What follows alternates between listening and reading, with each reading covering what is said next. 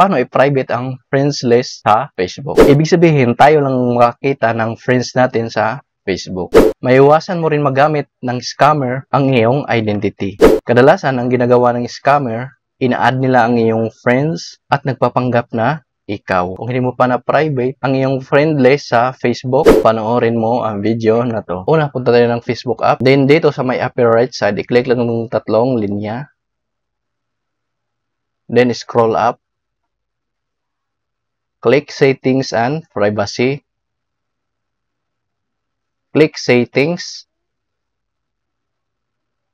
Then, scroll up. Then, i-click itong How People Can Find and Contact You.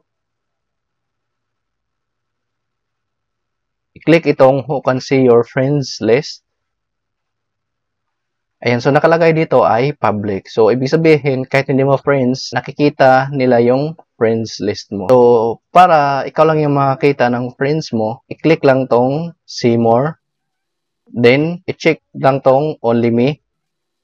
Ayan, so once na naka-only me, ikaw lang yung makakita ng friends mo. Hindi na makakita ng ibang tao. So, ganun lang kadali mag-private ng friends list sa Facebook.